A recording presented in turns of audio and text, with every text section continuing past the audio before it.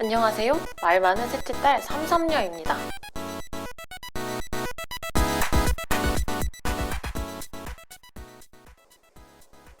다들 일주일 잘 보내셨나요? 본격적으로 리뷰하기 앞서 이제 팟캐스트 채널 오픈 이유에 대해서 가볍게 나눠보려고 합니다. 할 말이 많아서 얘기할 대상과 공간이 마땅치 않아서 어찌저찌 팟캐스트를 시작해야겠다라고 맘먹고 썸네일 만들고 녹음하고 편집하고 채널 기획안 쓰고 채널 승인 요청까지 어찌저찌 해냈습니다.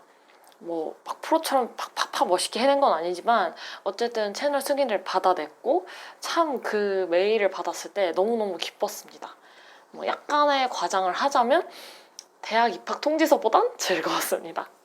아무튼 이렇게 우당탕탕 팟캐스트를 시작을 했는데 첫 클립을 들은 가족들과 지인들의 피드백을 좀 나눠보려고 합니다. 가족들이랑 지인들에게 좀 자랑을 했는데요. 아마 그냥 시작을 했다라면 딱히 드러내진 않았을 텐데 이 채널 승인을 받았다라는 이 메일이 너무 뿌듯하고 기뻐가지고 여기저기 인스타에도 자랑하고 좀 소문내고 다녔습니다. 일단 제 남편은 마음먹은 지 일주일 만에 녹음하고 채널 승인을 받아내는 제 모습이 대단하다고 칭찬해줬고 첫째 언니는 저에게 마이크가 필요한 것 같아 선물을 해줬습니다. 결론은 저한테 있는 거라 안 받았지만 어쨌든 응원을 해줬고 엄마는 아직 팟캐스트가 뭔지 모르는 것 같아요. 그래서 안 들어본 것 같고 아빠는 말을 안 했어요. 제가 말을 안 했습니다. 제가 팟캐스트 시작했다고 말을 안 했는데 그 이유가 왠지 좀 저를 피곤하게 할 것 같아가지고 말을 안 했습니다. 이제 가장 인상 깊었던 거는 저희 둘째 언니인데요. 참고로 둘째 언니는 사랑과 이 열정이 넘쳐나는 아주 멋진 언니입니다. 제가 아빠 없는 가족 단톡방에 나 팟캐스트 시작했다 라고 이제 링크를 보내줬는데 언니가 딱 이렇게 듣자마자 바로 듣고 고쳐야 할 점을 이제 알려주려고 이제 시동을 부릉부릉 거는 거예요. 그래서 제가 언니 나 피드백은 안 줘도 돼. 어차피 나 취미로 시작한 거야 라고 말을 했음에도 불구하고 언니는 이제 어떤 게 고쳤으면 좋겠고 목소리가 너무 어두컴컴하고 이런 식의 피드백을 저에게 줬습니다. 하지 말라고 했지만 본인의 사랑과 열정을 보여주는 우리 둘째 언니 감사합니다. 그리고 저랑 제일 친한 친구가 썸네일 귀엽다고 칭찬해줬고 다음 방송도 기대한다며 응원을 보내줬습니다. 다른 분들은 어떠셨나요? 부족한 클립에도 불구하고 생각보다 재생수가 많아서 좀 놀랬습니다. 물론 거의 다 제 지인들이겠지만 그래도 어찌됐건 찾아주시고 재생해 주셔서 너무너무 감사합니다. 더욱 즐겁게 취미 생활을 증진해보도록 하겠습니다. 그리고 둘째 언니가 보내준 그 정성 가득한 피드백은 잘 반영해 보겠습니다. 사실 몰랐던 건 아니에요. 제가 일요일 아침 7시에 녹음을 하는데 남편이 깰까봐 조심스럽게 한 것도 있고 처음으로 녹음하는 거고 대본 보고 하는 거고 이런저런 어색한 것들이 좀 있다 보니까 제가 긴장이 되고 목소리가 쭈글쭈글해진 거긴 하거든요. 그래서 다시 사실 녹음본 들어오고 다시 녹음할까 했는데 다시 녹음해도 이것보다 나아질 것 같진 않고 또 재미도 없을 것 같더라고요. 그래서 그냥 첫 클립이니까 처음 시작이니까 어색한 모습이면 어때? 라는 이제 당당함으로 그냥 올렸습니다. 사실 저는 일단 채널 승인 받는 게 목적이었기 때문에 일단 올리자 해가지고 올린 거고 음질이나 이런 그런 배경음악 이런 것도 아직은 미흡하고 제가 편집도 능력이 없어요. 그래서 좀 알아가고 있는 중입니다. 이제 조금씩 성장해 갈 테니까요. 많이 기대해 주시면 좋겠습니다.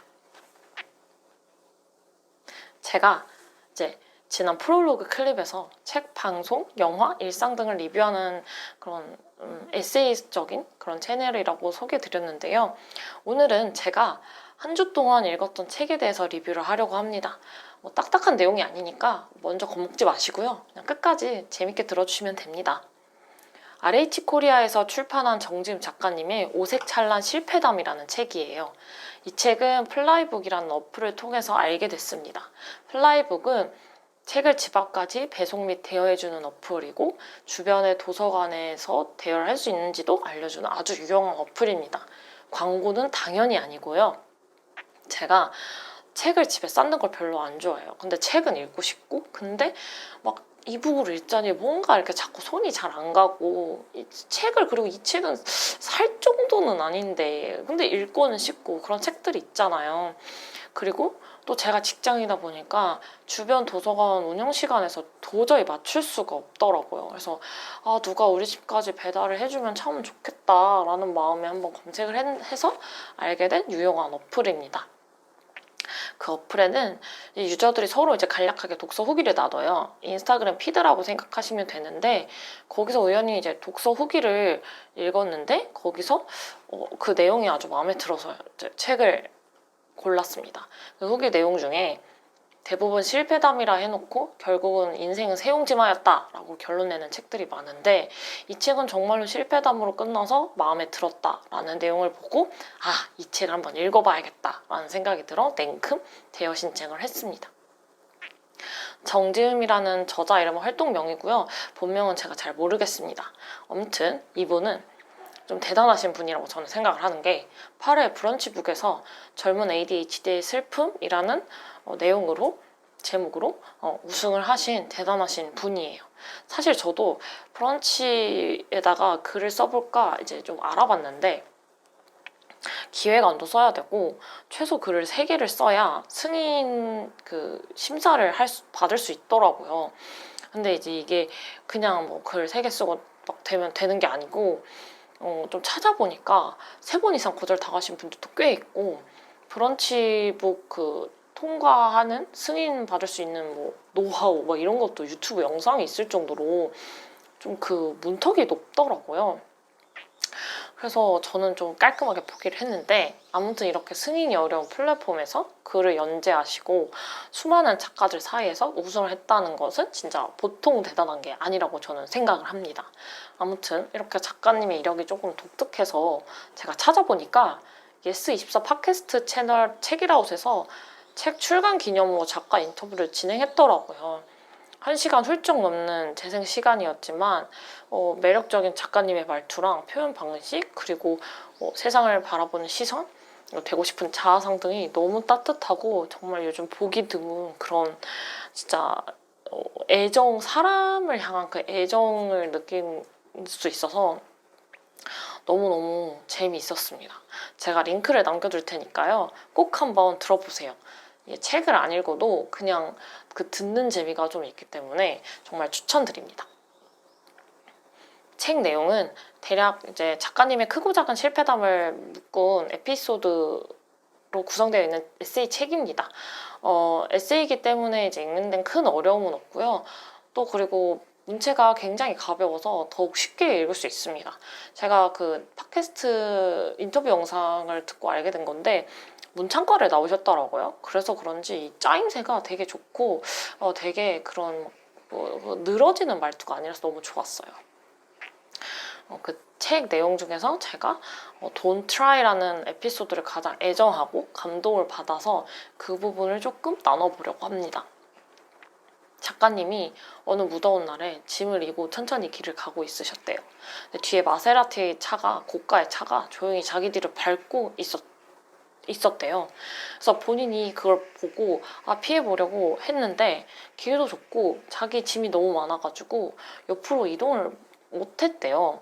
그래서 그냥 원래대로 자기 페이스대로 엉금엉금 기어가는 게 최선이겠다 생각을 했고, 근데 좀 그래도 미안하니까 뒤를 돌아보면서 운전자에게 이제 고개를 까딱하면서 고마움과 미안함을 표시를 했다고 해요. 근데 그 운전자가 웃으면서 괜찮다고 이렇게 인자한 미소를 지어줬다고 하더라고요. 그 젠틀맨이 너무 고마워서 내 인생에 절대 잊지 말아야지 라고 다짐을 했다고 합니다. 하지만 일상생활이 바쁘고 힘들어서 잊고 살다가 작가님이 번아웃을 느끼고 다니던 회사에서 퇴사를 하면서 시간을 지내보니 그 젠틀맨이 다시 생각났다고 하시더라고요. 퇴사를 하면서 시간 부자가 되니까 허둥대는 카페 알바생에게도 아기를 가진 그런 분에게도 더 양보하는 여유가 생겼다고 합니다.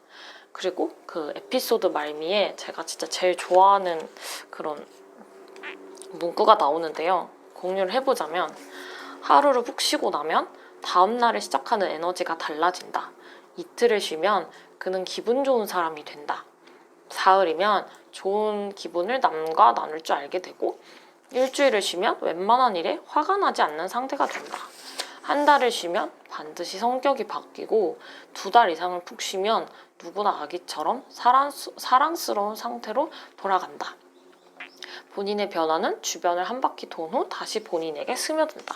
라는 부분인데, 이게 저도 좀 스스로 자책하는 경우가 많아요. 아, 왜 나는 성격이 이렇게 못됐을까? 왜 나는 이렇게 말을 따박따박 막 싸가지 없이 할까? 막 이런 생각을 많이 하고 자책을 했는데, 이 문구를 보면서 아, 내가 시간적 여유가 없어서 그랬구나. 그리고 나도 만약에 시간 여유가 생기고 한다면 아, 주변인에게도 여유가 주실 수 있고 나 스스로에게도 여유를 줄 수 있구나 라는 걸 느끼면서 좀 한결 저도 또 여유를 느꼈습니다. 이게 이런 식으로 좀 작가님의 그런 통찰이랑 그런 위로 따뜻한 말투가 참 진짜 보는 내내 기분이 좋아요. 꼭 책 읽어보는 걸 추천드립니다. 그래서 책을 읽은 기념으로 저희 실패담을 좀 나눠보려고 하는데요. 2개 에피소드입니다. 첫 번째로 작은 실패담인데요. 제가 금요일에 주로 마켓컬리에서 장을 봅니다. 이게 2인 가구고 소량으로 파는 데가 또 마켓컬리가 주로 있고, 제가 장을 보고 막 들고 올 힘이 없어서 저는 마켓컬리를 애용을 하는데요. 토요일 새벽에 도착을 했습니다. 저는 당연히 내가 잘 시켜서 잘 왔겠지 하는 마음에 딱 열었는데 닭가슴살이 1kg가 더 온 거예요. 원래 저는 닭가슴살 300g을 샀거든요. 그래서 이게 무슨 일이지? 하고 제가 무슨 일 있었나 이제 머릿속을 딱 돌이켜보는데, 원래는 제가 1kg를 사려고 담았는데 너무 많은 것 같아가지고 300g으로 바꿨어요. 그래서 1kg 잘 뺐다고 생각을 했는데 안 뺀 거죠. 이게 저희 부부는 맞벌이여서 주중에는 집에서 밥을 먹는 사람이 없어요. 다 아침, 점심, 저녁 나가서 먹으니까 이게 먹을 일이 없고, 그나마 주말에 좀 요리해서 먹는데 그 일주일 동안 닭가슴살의 신선도가 유지가 될까? 라는 생각을 하고 대부분 상해요. 일주일이 지나면. 그래가지고 진짜 막 이런 일이 사실 좀 있어가지고 제가 막 크로스 체크하고 절대 이러지 말자 했는데 또 발생을 한 거예요. 더 큰 문제는 정작 꼭 사야 했던 2개는 안 사둔 거예요. 제가 진짜 정말 파워 계획형이라 이런 실수를 진짜 안 한다고 생각을 했는데 여러 번 반복해 가지고 좀 스스로 좀 한심스러울 때가 참 많아요. 뭐 어쨌든 근데 제가 몇 번 겪어본 결과 제가 어떻게든 처리를 해내더라고요. 어떻게든. 그래서 뭐 어떻게든 될 거라고 믿고 있습니다. 그리고 2번째는 이제 최근에 또 있었던 일인데요. 그 일산에 꽃 박람회를 다녀왔어요. 이제 우연히 꽃 박람회 종이 입장권 2장이 생겨가지고 기특하게도 저희 남편이 장인어른 장모님 모시고 가자 해가지고 2장을 온라인에서도 구매를 했습니다. 그러니까 종이 티켓 2장, 온라인 티켓 2장에서 총 4장이 필요한 거죠. 박람회를 가기로 한 전날 저는 티켓 위치를 미리 파악을 했습니다. 저는 또 물건을 평소에 또 제자리에 갖다 둬야 이제 좀 약간 안심하는 타입이라 그 물건이 제자리에 잘 있나 이렇게 확인을 했는데 역시나 있더라고요. 그래서 난 역시 계획형이고 물건을 참 제자리에 잘 둬라고 하면서 좀 셀프 칭찬을 했죠. 근데 사실 더 확실히 하게 하려 했으면 그 티켓을 현관 근처에 뒀어야 했는데, 저는 이제 저의 파워 계획형이 성향을 믿어서 절대 그 티켓을 두고 갈 리 없어 하고 이제 준비해 두지 않은 거죠. 그리고 그 다음날 됐는데 아침에 제가 간단하게 먹을 샌드위치도 준비해 가기로 해가지고 막 부랴부랴 준비를 했어요. 그래가지고 막 룰루랄라 이제 아침 8시에 집에서 출발을 했죠. 이제 박람회 시작 시간은 10시이긴 한데 8시 반까지 아빠가 오라고 해가지고 이제 저희 부부는 8시에 출발한 거죠. 그렇게 저희는 이제 무사히 8시 20분쯤 박람회가 코앞에 보이는데 제가 갑자기 문득 초기 티켓? 이렇게 생각이 난 거예요. 그래가지고 막 뒤져봤는데 없죠. 왜냐하면 저는 그 챙긴 기억이 없거든요.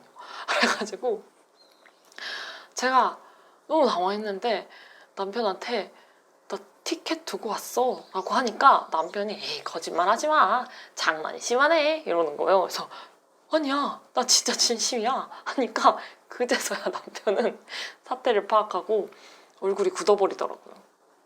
그리고 온라인 티켓을 살까 이제 알아봤는데 원래는 10,000원 주고 샀거든요. 근데 이게 현장이다 보니까 그 당일이다 보니까 한 명당 15,000원인 거예요. 그래서 총 30,000원이 발생을 하는 거예요. 그래서 이게 은근히 나가는 거니까 아씨 어쩌지? 하고 막 이러고 있었는데 남편이 그냥 집에 다녀오자고 어차피 기름값이 티켓보다 더 저렴하게 나올 것 같으니까 그냥 다녀오자고 어차피 집에서 멀지도 않으니까 다녀오자고 하더라고요. 그렇게 해가지고 이제 부모님한테 전화드려서 다녀오겠다 하고 이제 어떤 길을 되돌아 집에 갔다가 9시 조금 넘어서 박람회 근처에 도착을 했는데 그 사이에 그 박람회 방문객들이 엄청 많은 거예요. 몰랐는데 그 꽃박람회가 엄청 크더라고요. 그래가지고 주차장 입구를 못 갔어요. 막 계속 기다리고 대기 타고 막 이래가지고 막 제가 아씨 어쩌지 이러고 있는데 남편이 또 모두의 주차장이라는 어플을 통해가지고 근처에 이제 상가 종일권을 6,000원에 산 다음에 조금 멀리 있는 거기 상가를 가가지고 주차를 하고 약속 장소에 9시 반쯤 도착을 했습니다. 차로 30분이면 되는 거리를 저희 남편이 아침에만 90분 운전을 한 거죠. 사실 저보다 더 꼼꼼한 남편이 티켓을 아침에 챙겼으면 참 좋았겠지만 뭐 어쩌겠어요. 티켓의 위치를 아는 사람은 저뿐이니까요. 제가 좀 더 신경을 쓰긴 했습니다. 아무튼 꽃 박람회는 기대했던 것보다 좋았고요. 무엇보다 저희 부모님이 좋아하셔서 또 소소하게 5월 꽃 나들이를 이제 한 것 같아서 기분이 좋았습니다. 시작은 미약했지만 끝은 그래도 해피 엔딩이었습니다. 다행이죠 뭐. 네. 이렇게 작고 귀여운 실패담 말고 뭐 진정한 뭐 누가 봐도 실패한 것 같은 에피소드도 좀 있죠. 하지만 여기 지금 나누기에는 너무 길고 또 아직은 아무도 안 궁금해할 것 같은데 굳이 내가 떠들어봤자 이건 뭐 수다에 불과하지 않을까 싶어가지고 나누지는 않겠습니다. 나중에 기회가 된다면 더 많은 사람들이 저의 이야기에 귀 기울여준다면 그때 한번 상황 봐서 나눠보도록 하겠습니다. 어쨌든 참 책을 읽으면서 이제 작가님 특유의 그 사람을 위로하는 듯한 그 문장에 제가 그 책을 읽는 일주일 동안 참 즐거웠습니다. 책을 읽는 시간이 주로 이제 출근해서 지하철 타서인데요. 그 시간을 기다릴 만큼 진짜 너무 재밌었고 즐거웠습니다. 그 사람 냄새가 특히 또 너무 물씬 나서 더 좋았고 요즘같이 막 그런 살인극 그런 장르들이 더 유행하는 이 현상 이 책 요즘에 보기 드문 책이라고 저는 생각을 했고 또 이 책을 리뷰하면서 저의 크고 작은 실패담을 또 팟캐스트를 통해서 나눌 수 있어서 더 재밌었습니다. 여러분들은 어떠셨나요? 네.